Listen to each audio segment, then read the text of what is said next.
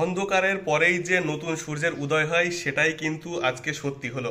গতকালকে যে ভিডিওটা করেছিলাম, সিকিম গভর্নমেন্ট পার্সোনাল বাইক নিয়ে রিমোট জোন এরিয়াগুলোতে ঢুকতে দিচ্ছে না, সেই মানে সেটা কিন্তু আজকে যেটা খবর আছে, আজকের কারেন্ট খবর অনুযায়ী সিকিম গভর্নমেন্ট কিন্তু সেই ব্যানটা তুলে নিতে যাচ্ছে। ঠিকই শুনেছো তোমরা। তোমাদের জন্য যারা যারা কালকের খবরটা পেয়ে অনেক কষ্ট পেয়েছিলে, হতাশ হয়ে গিয়েছিলে, তাদের জন্য আজকের এই ভিডিওটা।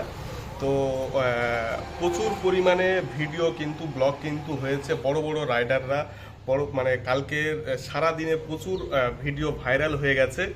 আর এছাড়াও যারা সিকিমের যারা রাইডার আছে, প্লাস যারা হোটেল মালিক আছে, কিংবা তোমার হোমস্টের যারা ওনার, তারাও কিন্তু এই বিপক্ষে প্রচুর কথা বলেছে, এই আইনের বিপক্ষে। ইভেন সাধারণ মানুষ যারা শুনেছে যে বাইক নিয়ে আর ঢুকতে দেবে না, তারাও কিন্তু প্রতিবাদ জানিয়েছিল, তারাও কিন্তু সিকিম ঘুরতে যাওয়া, সিকিম ট্যুরিজমের উপরে বয়কট জারি করেছিল। তো এত কিছু দেখে, সামনে পুজোর সিজন, ঠিক আছে, এত কিছু দেখে, এত এত মানে বয়কট দেখে কিন্তু সিকিম গভর্নমেন্ট ফাইনালি তারা জানিয়ে দিয়েছে তারা যে সিদ্ধান্তটা নিতে যাচ্ছিল সেটা কিন্তু তারা আর নিচ্ছে না। তো খুব শীঘ্রই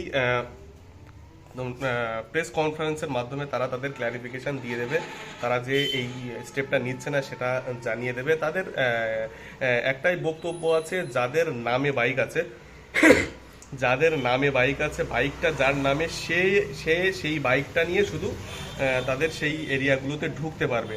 অনেকেই আছে যে নিজের দাদার বাইক, কাকার বাইক, মামার বাইক, কিংবা জ্যাঠার বাইক, পিসমশার বাইক নিয়ে যেত, সেটা কিন্তু আর হবে না। বাইকটা যেন তোমার নামে রেজিস্ট্রেশন হয়, তাহলে তোমরা কিন্তু সেই বাইকটা নিয়ে যেতে পারবে।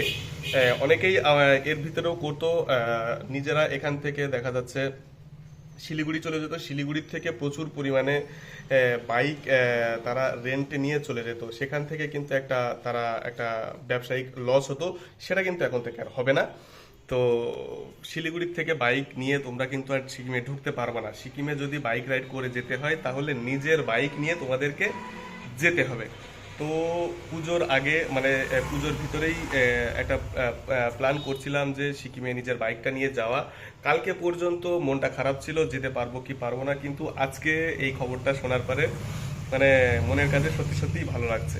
মনের কাছে সত্যি সত্যি ভালো লাগছে। যারা যারা এই গতকালকের ওই রেস্ট্রিকশনে যারা যারা সাথ দিয়েছিলে, যেসব বড় বড় ক্রিয়েটাররা, যেসব বড় বড় ব্লগাররা, রাইডাররা, তাদের আমাদের এই সবার কথা তুলে ধরেছো, এবং যারা যারা সাপোর্ট করেছো তাদেরকে দিয়েছে স্যালুট, এবং সিকিম গভর্নমেন্টকে, সিকিম ট্যুরিজমকেও অসংখ্য ধন্যবাদ আমাদের মনের কথা শোনার জন্য।